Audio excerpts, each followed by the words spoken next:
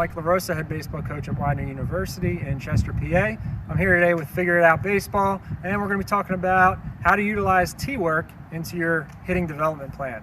All right, so the first thing I want to discuss is where we want to line up the tee, okay? And this is a big part of what we see often is that guys are not necessarily in the right spot, don't have the ball in the right spot based on where it is in their hitting zone. So we need to move the tee around or move ourselves around to adjust to that.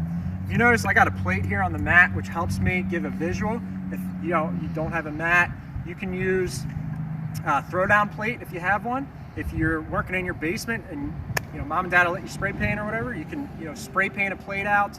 You can tape a plate out, something that can provide you a visual. So when you drop the tee over top of it, you can see where that ball is in line with the plate. Moving the tee around will be based on where the pitch is. An inside pitch, I want to hit that out in front of my front foot, so that's where I'll have the tee and the ball set up. Pitch down the middle, I want it inside my front foot, and a pitch outside, I want that somewhere in the middle of my body. What I often see is a couple of things. One, guys will set a tee up out here, way off the plate, okay, and they're standing back here, and the pitch is down the middle, and now they're having to have all this body movement to go get the ball. Well, what's happening? We're creating bad habits when that happens. Okay, so I don't want to hit it there. That's why I like to use the throwdown plate or the mat that has a plate on it. I want to hit the pitch down the middle, right off the front edge of the plate, and right inside the front of my foot. So that's where I'm setting that tee up, if you can see. Okay, so now when I stride and I come into contact, I'm hitting the ball where I want to attack it in a game. Okay. Same thing with the inside pitch. If I want to go inside pitch, I'm going to move this tee up. I'm now on the inside third of the plate, and it's up in front of the plate, out in front of my front foot, and that's where I can attack the inside pitch. And the outside pitch, I'm going to drop it back, so this is going to be that's on the outside edge. I'm right back in the middle of the plate, and now that ball is not quite in the middle of my body, a little bit out front in the middle of my body, but that's where I want to attack the outside pitch. What we see a lot of, guys get a tee, they put it in one spot, they take 10, 15 swings off that spot, and then they move on to something else. The tee is a great tool, but you have to move it around all quadrants of the zone. Inside, outside, middle, up, down, challenge yourself. Put the ball down at the bottom of your knee, okay? Put the ball at the top of the strike zone. The only way you can effectively hit those in the game is if you practice them and rep them in practice. So, oftentimes we'll see guys take tee swings on the middle and then flips down the middle and then BP down the middle, and they're able to hit the pitch down the middle, which they don't often get in a game. To go off of that, this is why I don't necessarily like side toss or flips unless you've got somebody that can do it real well. Because what happens is, if a guy's flipping from the side, he flips one out there, one back here, one up, one down, and the guy's never hitting the ball where he should be hitting it in the zone. So if you're going to do side toss, my recommendation is, one, you got a good flipper, and two, that flipper understands, like, okay, we're working middle, I'm trying to put that ball right inside his front foot.